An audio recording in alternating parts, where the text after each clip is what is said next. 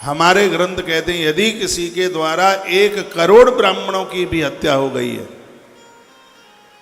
और वो भगवान के सन्मुख पहुंच जाए, वो कहता है कि भगवान मुझसे गलती हो गई है, आप मुझे क्षमा कर दें, तो भगवान क्या कहते हैं?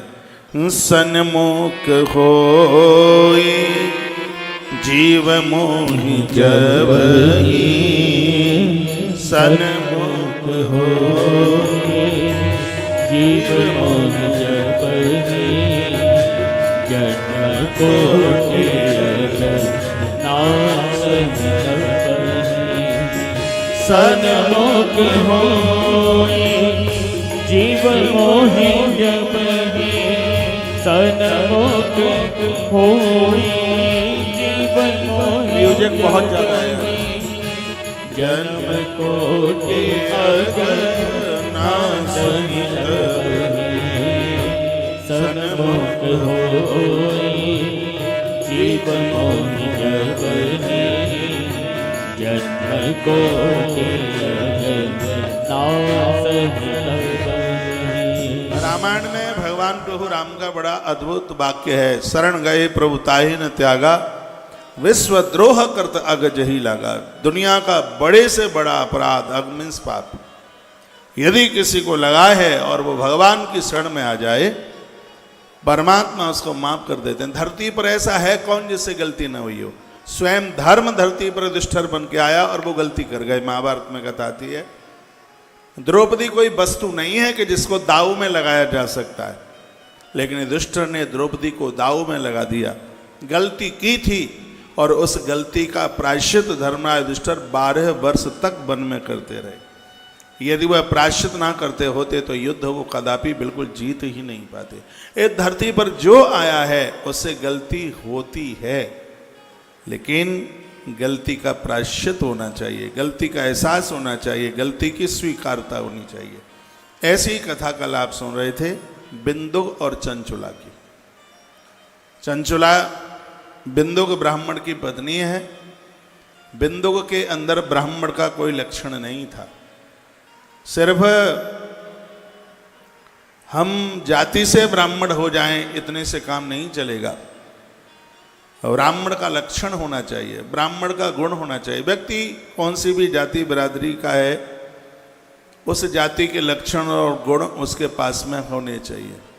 तो बिंदुक तो बहुत बड़ा अपराधी था, ऐसा कोई धरती का पाप नहीं जो उसने ना किया हो।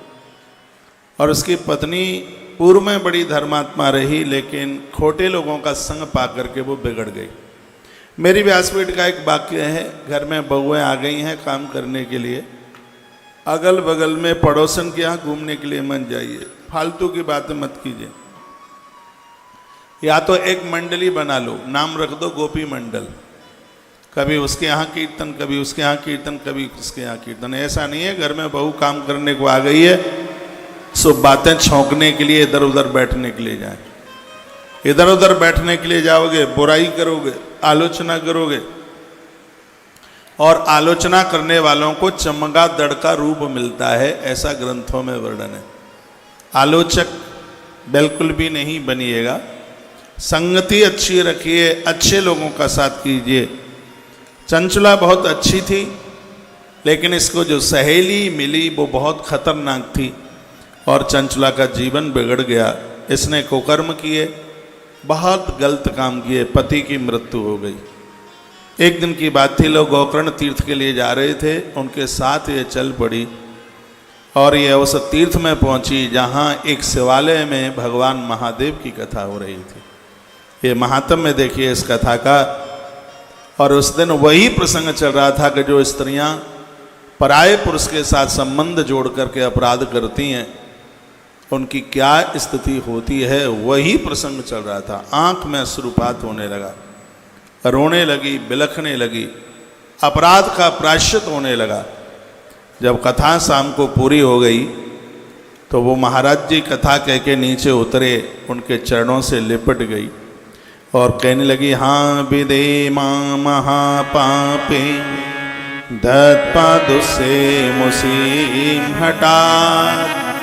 हे परमात्मा, मुझसे कितने पाप हो गए हैं, मैं इतनी दुखित हूं कि फांसी लगाने वाला भी इतना दुखी नहीं होगा। ये बोलती है। पहाड़ से गिरने वाला भी इतना दुखी नहीं होगा। समुद्र में डूबने वाला भी इतना दुखी नहीं होगा। सूल प्रोतस्य शैलाग्रात पतंत्या तुंगतुद्वजा लिखा हुआ है। पहाड़ से गिरने वाला, फांसी कंठ में लगाने वाला, वह भी उतना दुखित ना हो जितना कि दुख में मुझे है। और कहने लगी कि मैंने तो इतने पाप किए कि अश्वमेध शतम कृत्वा गंगा स्नात्व शतम क्षमा न सुदीर्घायते प्रायो मत पापस्य गरीयस। कहती है कि अश्वमेध शतम 100 अश्वमेध यज्ञ कर लूं, 100 बार गंगा जी एक बार नहाऊं, इतने पाप ज्यादा हैं मेरे पास तो भी मेरी मुक्ति नहीं हो सकती। उस गुरुदेव के चरणों को पकड़ करके क्या कहते हैं, त्वमेव मे गुरुर् ब्रह्मा त्वं माता त्वं पिता स्मिते। देखिए, सब्जी कितनी भी बढ़िया बना लो, यदि उसमें राम रस नहीं है तो सब्जी का कोई टेस्ट नहीं है। खीर कितनी भी बढ़िया बना लो, यदि उसमें मिठासता नहीं है तो उसका कोई स्वाद नहीं है। भगवान की कथा में भी जब तक संस्कृत भाषा नहीं है तब तक उसका कोई भी स्वाद नहीं है। कथा में आनंद होता है, ऋचाएं बोलें, श्लोक बोलें, श्लोक समझ में ना आवे तो भी सुनिएगा। वैसे मैं जो श्लोक यहाँ से बोलता हूँ उसका व्याख्यान करके ही आगे चलता हूँ। मैं भाग्यशाली हूँ, बड़भागी हूँ। वर्तमान समय में जितने भी कथावाचक हैं सबसे ज़्यादा व्यासपीठ से मैं श्लोक बोलता हूँ। ये तो आज सबको पता है, चाहे कौन से भी ग्रंथ की कथा हो। श्लोक बोल करके लगता है कि बात प्रमाणित हो रही है। बड़ा सुंदर श्लोक है। त्वमेव मे गुरु ब्रह्म त्वं माता त्वं पिताश्च। आप मेरे गुरु हैं, आप मेरे माता पिता हैं, आप मेरे ईश्वर हैं। उदरोद्धर्मादीनां त्वमेव शरणं गता। मैं आपकी शरण में आई हूँ, मेरा उद्धार कीजिए, मेरा कल्याण कर दीजिए। डॉक्टर से रोग नहीं छिपाया जाता और गुरुजनों से हृदय की बात नहीं छिपाई जाती। कितना भी बड़ा पाप हो जाए, अपराध हो जाए, गुरुजनों से अपराध मत छिपाइए, मन की बात मत छिपाइए। गुरु लोग होते ही इसलिए। यहां भी नहीं बताएंगे तो फिर बताने के लिए जगह और कौन सी है। गुरुजनों की देली पे तो खुली किताब होनी चाहिए, एकदम बिल्कुल खुली डायरी। बेटा कैमरा ऐसे लगाओ, पीछे डिस्टर्ब हो रही मत तुमसे।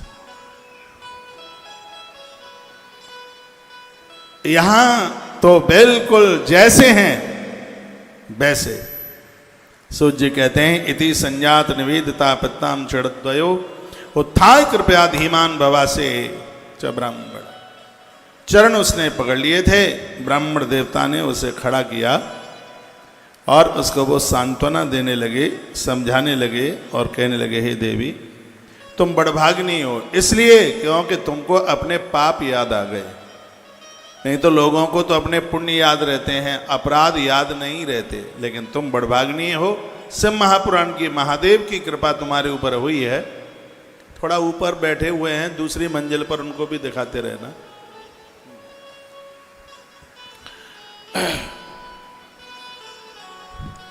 तुम्हारे ऊपर ये महादेव की कृपा है कि तुम्हें अपने अपराध याद आ गए हैं और तुमने अपने कल्याण के लिए सोचा है। तो हे देवी सेवानुग्रहित सर्वम पापो सद्यो विनश्यति। ये श्लोक समझने के लायक है। इस कलयुग में ऐसे भगवान महादेव हैं जिनकी कृपा से संपूर्ण पाप जल जाता है। शिवलिंग के बिना एक भी घर ना रहे, एक भी घर ऐसा ना हो जिसके घर में भगवान शंकर की पिंडी ना हो। दर्शनम स्पर्शम, उनका दर्शन करें, उनका स्पर्श करें, एक लोटिया जल चढ़ाएं तो संपूर्ण पाप जल करके राख हो जाते हैं। ऐसे भगवान शंकर हैं। संध्या काल में सभी देवता शिवलिंग की पिंडी में आके विराजित होते हैं। नारायण की पूजा के लिए विशेष समय भोर का बहुत ज़्यादा है, सुबह का ऐसा नहीं है कि शंकर की पूजा आप सुबह नहीं कर सकते हैं।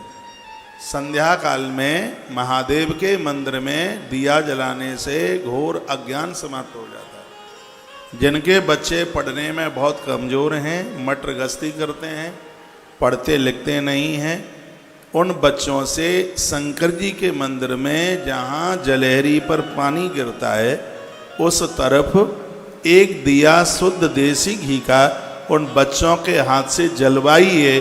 किताबी ही ज्ञान नहीं, उन्हें सामाजिक ज्ञान भी उनके माथे में आके बैठ जाएगा। छोटा सा उपाय है बस।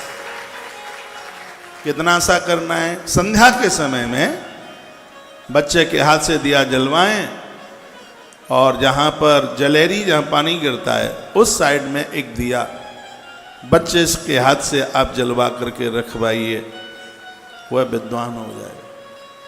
ये जितने भी बहुत बड़े विद्वान हुए हैं, मैंने इनके इतिहास और जीवनी पढ़ी है, ये भगवान शिव के भगत। एक दिन मैं ये सोच रहा था कि बाबा तुलसी को इतना ज्ञान कैसे हो गया। आज से 1.5 साल पहले की बात है। मैंने बाबा तुलसी के ऊपर रिसर्च किया, मैंने किताबें पूरी दी, किताबें पढ़ी, उनकी जीवनी पढ़ी, तब पता लगा कि रामचरितमानस रामायण लिखने में भी आदेश भगवान महादेव का था। मैं सोच रहा था कि बाबा तुलसी दिन भर ज्ञान के संस्कृत में रामायण लिखते थे, रात को कागज कोरा हो जाता था, तो वहां भी भगवान शंकर ही पधारे। उन्होंने कहा कि साधारण भाषा में, संस्कृत के तो बहुत ग्रंथ हैं, साधारण भाषा में इस ग्रंथ को लिखिए। भगवान महादेव की बहुत बड़ी कृपा थी। अध्यात्म गुरु तो तुलसी बाबा के भगवान शंकर ही थे और उन्होंने भगवान शिव की बड़ी प्रार्थना की है। और जब वो रामायण भी लिखते हैं, जहाँ से राम जी की कथा, जहाँ से बिल्कुल स्तुतियाँ करने के बाद और जब वो रामायण का चैप्टर आरंभ होता है तो वो भगवान शिव को ही प्रणाम करते हैं। सादर से वही नाय अब माथा, सादर से नाय वरनहु विसर राम गुण सादर शिवही नायब माता, सादर शिवही नायब माता, वरनहु विसर राम गुण गाता, सादर शिवही नायब माता, वर्णन विशद राम गुण गाता। राम जी की कथा कहते हैं और शंकर जी के विवाह से कथा को आरंभ करते हैं। इसका मतलब है कि बाबा तुलसी शंकर के बहुत बड़े